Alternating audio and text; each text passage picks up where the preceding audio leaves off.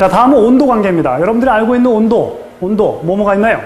우리 일반적으로 쓰는 온도가 도씨 쓰고 있죠, 그죠? 화씨란 말도 들어봤죠, 그죠? 켈빈 들어봤죠, 그죠? 켈빈, K도. 그 다음에 랭킨 들어봤을 겁니다, 그죠? 랭킨. K만 지금 동그라미를 붙이잖아요. 도를 붙이잖아요, 그죠? 뭐 그것은 관습적으로 자기들이 원래 정해놨을 때 붙이지 않기 때문에 붙이지 않습니다. 섭씨라는 것은 셀서스라는 사람이 만들어낸 겁니다. 미스터 셀서스. 이 사람이 중국에서는 섭씨 이렇게 된 거예요. 미스터 셀. 이걸 섭씨라고 중국 사람들이 받아들인 겁니다. 섭씨. 이것은 파렌하이트죠, 그죠? 파렌하이트라는 사람 이름이에요. 이 사람이 만들어낸 그런 단위입니다. 온도의 단위. 그런데 화씨입니다. 그래서 미스터 화 그런 뜻입니다. 우리가 쓰고 있는 것이. 그래서 섭씨와 화씨, 이거 켈빈씨. 그렇죠, 그죠? 이 켈빈이라는 사람이 만들어낸 거. 이건 랭킨씨가 만들어낸 겁니다. 랭킨씨가. 자, 섭씨와 화씨는 우리가 잘 알고 있어요, 그죠? 섭씨나 화씨. 예, 또 보죠. 섭씨와 화씨. 우리가 이 기준을 온도의 단위 기준을 뭘로 잡았냐면 물의 녹는 점, 멜팅 포인트.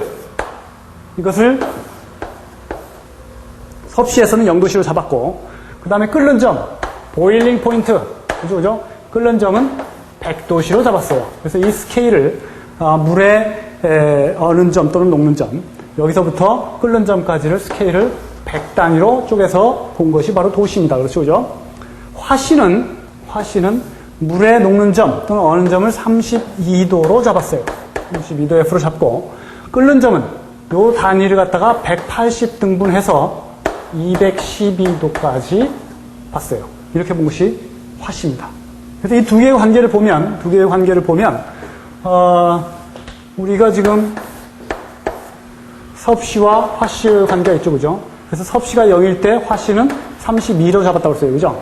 그리고 직선적인 관계가 있는데, 이게 100 클 때, 이게 100 커질 때, 이건 얼마 커진다고 했어요? 180 커진다고 했죠, 그죠? 그러니까 y는 ax 플러스 b와 같은 식으로 표시할 수 있고, 여기서 y라는 것은 화씨를 얘기하죠, 그죠? 화씨는 기울기죠, a라는 게, 그죠? 그러니까 100분의 180. 100 커질 때 180 커진다고 그랬죠, 그죠? 스케일이.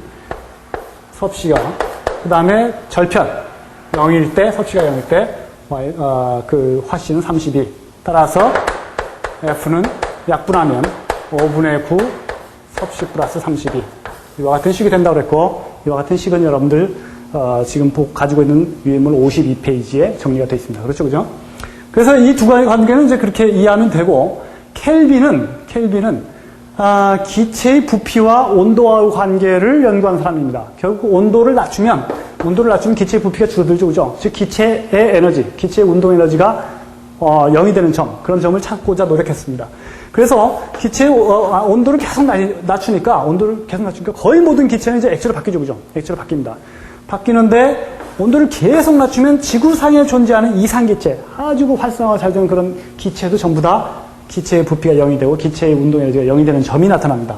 그 점을 실험으로 밝혀냈는데, 실험으로 끝까지 온도를 내리진 못했지만, 이렇게 내려가는 기체 부피가 줄어드는 그 정도를 가지고 추계를 해서 그어보니까 저 밑에까지 내려가겠죠, 그죠?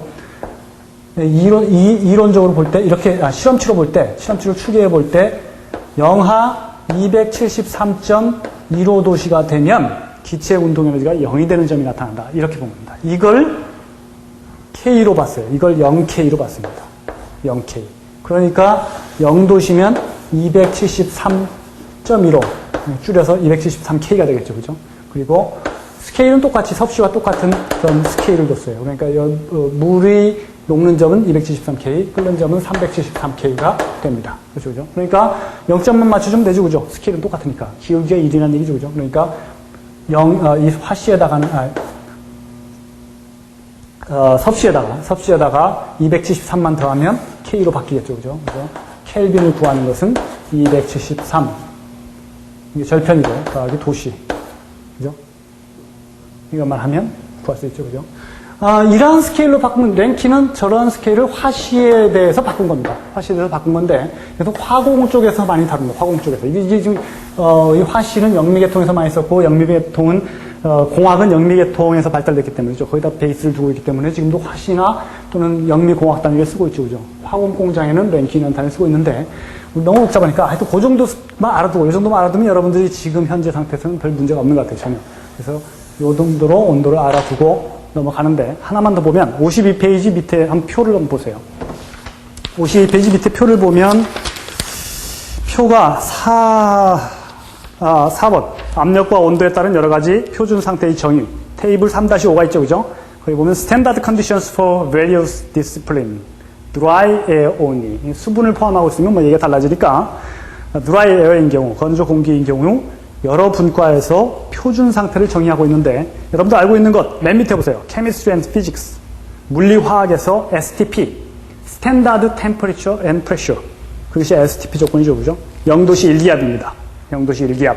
그렇죠? 많이 들어봤죠? 그죠? 0도씨 1기압. 거기서 PV 이꼬르 NRT를 바꿔보면 1몰이 차지하는 부피는 22.4리터. 들어본 적이 있을 겁니다. 맨 위에 보세요. Industrial Hygiene, NTP. Industrial Hygiene이면 공장 위생, 공장 환경을 얘기합니다. 거기에서 산업위생이죠. 거기에서 NTP라는 것은 Normal Temperature and Pressure.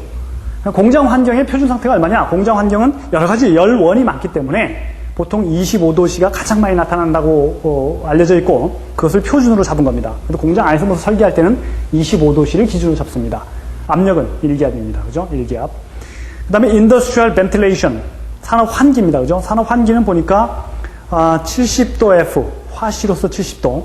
그러니까 그걸 환산해 보면 21도 정도가 돼요. 그죠? 21도씨. 21도씨 1기압입니다.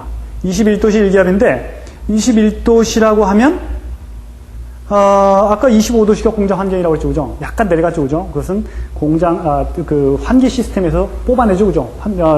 산업 환기는 공기를 다 뽑아내는 겁니다. 바깥으로 배기시키는 시스템이 대부분이기 때문에 오염물질을 배기시키는 것. 그래서 약간 식는다고 보고 그 21도씨가 대표적인 거라고 봅니다. 에어 폴루션 대기오염에서의 NTP, Normal Temperature and Pressure는 25도씨 1기압. 똑같죠, 그죠? 25도씨 1기압. 25도씨. 이거 보통 이제 대기오염 방지 장치의 표준 온도라고 봅니다. 어시아레가 있죠, 그죠? American Society of Heating, Refrigerating and Air Conditioning Engineering. 그렇습니다. 미국 냉동 공조학회인데, 남방 냉동 공조학회, 뭐 그렇게 되겠죠, 그죠? 거기에서 잡고 있는 것은 15도씨 1기압을 잡는데, 15도씨 설계할 때, 설계 기준이죠, 그죠? 15도씨라고 하면 에어컨 그 출구, 에어컨에서 공기가 나오는 부분, 거기에 온도를 15도씨로 해서 기본 설계를 합니다. 그보다 더 낮추거나 높이거나. 근데 표준은 15도씨로 잡습니다. 그래야 뭐 이런 온도가 한 18도씨 정도 유지를 할 수 있겠죠, 그죠? 그것이 아무 말도 하지 않으면 공학의 설계 기준은 전 세계의 표준이 이렇게 잡혀 있습니다. 우리 아까 지지난번 세션에서 예제 1번을 풀을 때 공장 환경은 25도씨 1기압으로 가정하고 풀었죠, 그죠? 그 부분이 바로 이 부분입니다. 그래서 압력과 온도 관계를 봤는데 51페이지는 리뷰를 하기 위해서 보았습니다.